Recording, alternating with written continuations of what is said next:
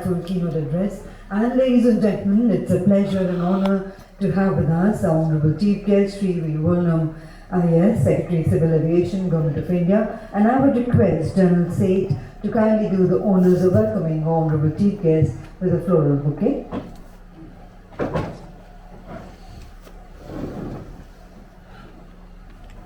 A very, very warm welcome to you, sir. We are honored to have your august presence here with us.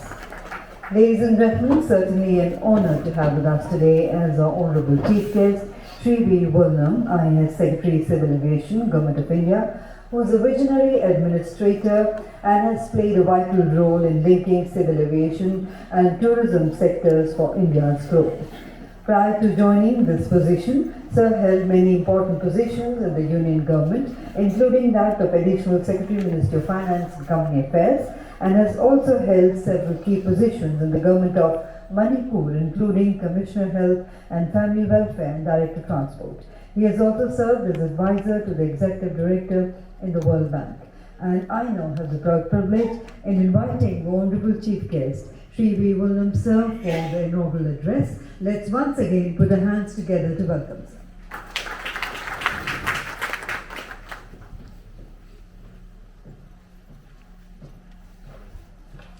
Thank you very much for the welcome, and it's a privilege for me to be part of this event organized by FAST, Foundation for Aviation and Sustainable Tourism, to all the distinguished dignitaries on the dais, and especially the host of today's function, Lieutenant General K.M. Seth. Thank you very much for having me here, and the entire team from FAST, and to all the participants present here today, warm greetings. I start by apologizing for being late for this program, and but it's for a reason. In fact, we just finished a program with the Minister of Civil Aviation where we launched a collaboration or a partnership between the Mahindra Aerospace and the Airbus company for the so Mahindra company will be manufacturing the fuselage for the Airbus helicopter H130. So it's quite a I think it's part of our progress as a country. I think it's something significant, and it's a popular helicopter. And as you know, the fuselage is really the main part of any craft, any aircraft. So it's a happy day that. Such an event has happened today on a day when the FAST is also having this event here, a very august gathering. Myself as the Secretary Minister of Civil Aviation, I'm very happy that the FAST has been assembling people involved with the civil aviation, having seminars and webinars on various issues which impact the civil aviation. And even today, I see that very impressive set of resource persons have been assembled who will be deliberating on various issues. So, with that background, I will dwell a bit on how the sector has been moving, how the sector has been growing, and what we see for the coming times.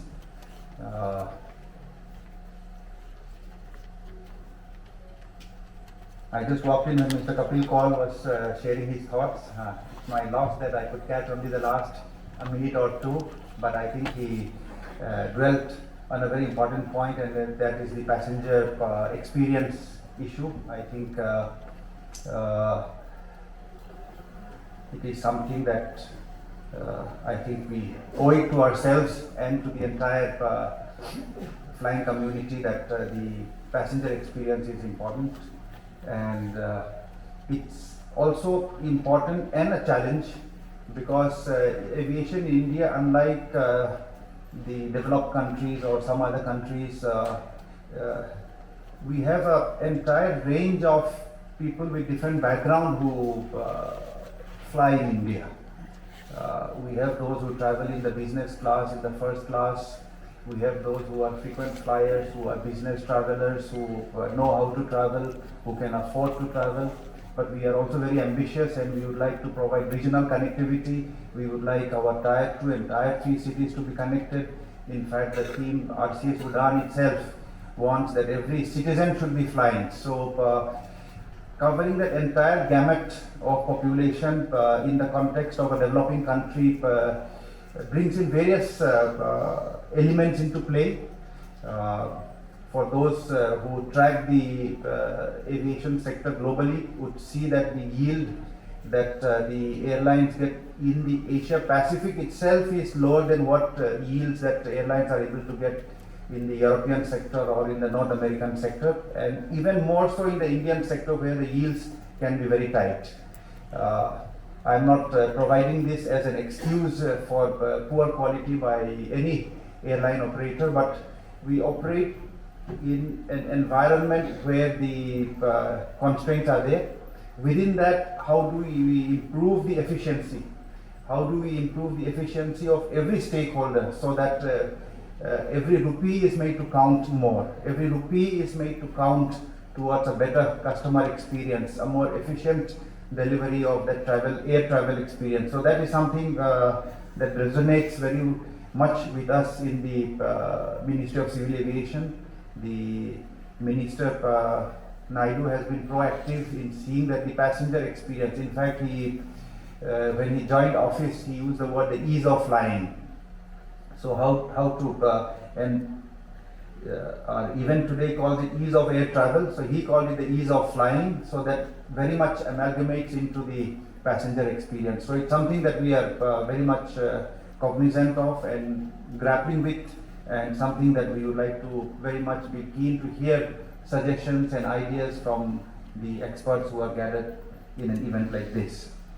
Now, the growth of our civil aviation in India itself, the numbers are repeated very often, but in some ways it is also good to keep reminding ourselves that it's quite a rapid pace.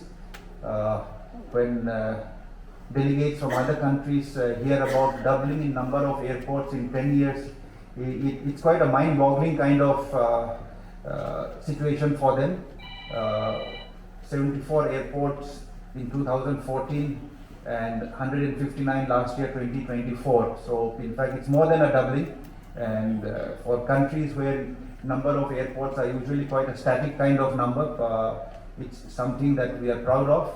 It's also something which shows the potential of the air travel, the potential of expanding the air connectivity.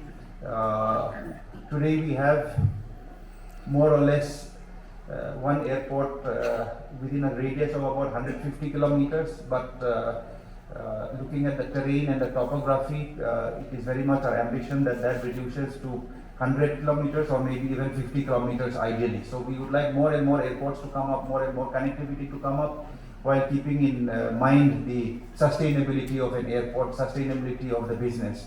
So the growth of the airports itself, I mentioned it in the beginning because I feel that reflects the entire growth potential that it has, because it reflects the growing number of air travelers, which again doubled in the last 10 years. Doubling of air travelers from around 110 million 10 years back to 220 million last year, 2024. That drives the potential that exists for the airports, which are increasing in number, for the airlines who are acquiring more and more aircraft. But having said that, the road is still long and far, because the 220 million passengers who have flown last year translates into an indicator called the air trips per capita per annum, which for India is just about 0.13, 0.14. That is not even half our population traveled once in the last 1 year. 0.13, not even a quarter of our population traveled in the last 1 year. Compared to, for instance, a near example is China, where the same indicator of air trip per capita per annum is at 0.47. So they are about 3 times ahead of us. And if you look at developed countries, the US or somewhere else, it could be 1 or maybe even 2. So a person travels twice in a year on average. So from 0.13, if you look at that, to reach 0.47, it means we have to multiply 3 times, which means what we thought was a fairly big and growing aviation sector, the number of passengers flying, the number of aircraft which are flying, has to be roughly speaking about 3 times more. The number of airports capacity has to be 3 times more. So in some ways I tell people that those who enter the aviation sector, you have entered the right place at the right time. The scope is very high, the scope is big, the potential is much. So so the point is that we have achieved quite a bit collectively in the last 10 years, but much more to be done.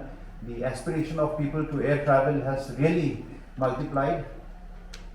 In fact, every time that we are in the parliament where the honourable minister gives time for MPs to meet, or even on the floor of the house where the MPs get a chance to speak regarding the start questions and other things, airport in their jurisdiction, in their constituency, and once an airport is set up, then air connectivity to that airport. We start with one connectivity, then they come back with 2 more flights, 3 more flights. Once domestic flights are there, the next is the international connectivity. So and they, we feel, represent the MPs and the elected representatives, represent the voice of the people.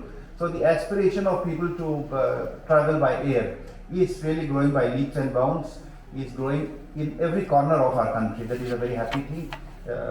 Earlier, in years back, air travel was sort of felt to be left for the elite and for a few select people, but now the aspiration to travel by air has really spread all across the country. I think that again is a strength of the sector. It is not something exclusive, it is not something limited to a few people, it's really an inclusive kind of sector that we have, while at the same time maintaining the global standards of safety. I think this again is something which we are proud of, that civil aviation, especially the commercial scheduled flights, have been able to operate at a level where the safety levels are as good as the best, where the efforts collectively from the technicians to the regulators to the pilots to the ground staff to everyone combined, everyone involved, our records are as good as in any part of the world. So the safety standards with a very fast expanding air connectivity coverage, I think that is something that we would like to sustain it, maintain it, and make it grow even further. I will touch upon links to this, the issue of skilling. I think there's a session also coming up later in the day on skilling. In fact, when we talk of skilling or the employment in the civil aviation, we tend to focus a lot on the pilots, and the cabin crew, and a little bit on the maintenance engineers, the AMEs. But today I think we can look even wider. The employment potential of civil aviation is really huge. The ICAO study some years back had said that it has a multiplier of even up to 6:1, and that is also turning out to be a reality. Mr. Rao is here from the Delhi airport dial. It has become a huge employer, both direct and indirect, and it's very easy to even visualize if you start thinking. So it's far beyond the pilots, who are very important, and the cabin crew, much more. You visualize of any major airport that you have visited, the employment that happens in the visible domain itself, and those who are working behind. So skilling in aviation is very important. We are reaching out to the Ministry of Skill Development, who have also been very open about seeing that the required skill development programs are taken up for the aviation sector. But on our own itself,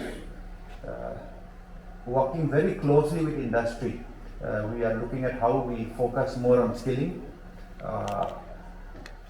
because we are also keeping a point as a sort of focus, and that is, it should be a focus on jobs and skillings which are required by the industry.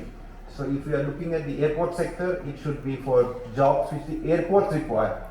If it is for the airline sector, it should be for jobs which the airlines requires. Many times what happens is, in a governmental system, a report is prepared where they just list out some jobs which is felt by some group of experts to be required, having a dealing from the industry and from the actual employers. So to be very closely aligned to the actual requirement of the industry, of the sector, of the entities in the aviation, the MROs, the cargo handling companies. So we working very closely with the industry, how we scale up the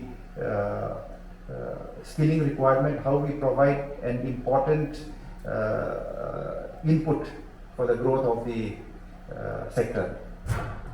In fact, even in the context of pilots and cabin crew, many times what our airline operators, our MRO operators, the challenge they face is when someone is of some competence, we have markets beyond our boundaries to the east, to the west, where employment potential is high, where the growth is also very fast.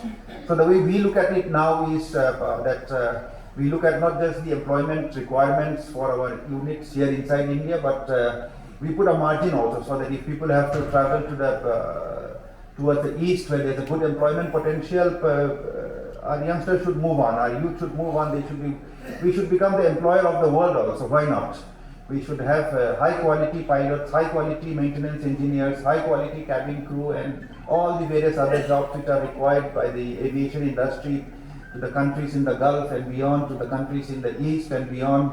So that's the kind of perspective we had. So instead of limiting ourselves and crying about the migration of well-trained staff, let's look at, we have enough youngsters, we have the demographic dividend which is there with us, so we look at that, and it's just that we have to get our acts together. The Joint Secretary, Mr. Madhu, is here with us. He is leading the exercise, in fact, to do a mapping of the entire skilling in the aviation sector, the big jobs, the small jobs, the various jobs. In fact, some of them we in the Ministry of Civil Aviation may not have been even aware about, but which are very important. So once we have that mapping and a recognition that these are required by the industry in a specific way, how to have employable kind of stock of people who can be then picked up by the industry. So skilling is something that is in our focus very much in the coming months and years. And I will end with the last one, and that is regarding the aircraft component manufacture. That again is something that we have been mandated to give it a focus, and we have started our interactions with the industry associations, the FITI, CII, the ASSOCHAM, the PhD Chamber of Commerce, and the others. They have brought in together the MSMEs. In fact, it's a happy situation that we have almost 250 units here in India who are already suppliers to global OEMs and to various aviation units around the world, and in quite a sustained and stable manner. So we have the foundation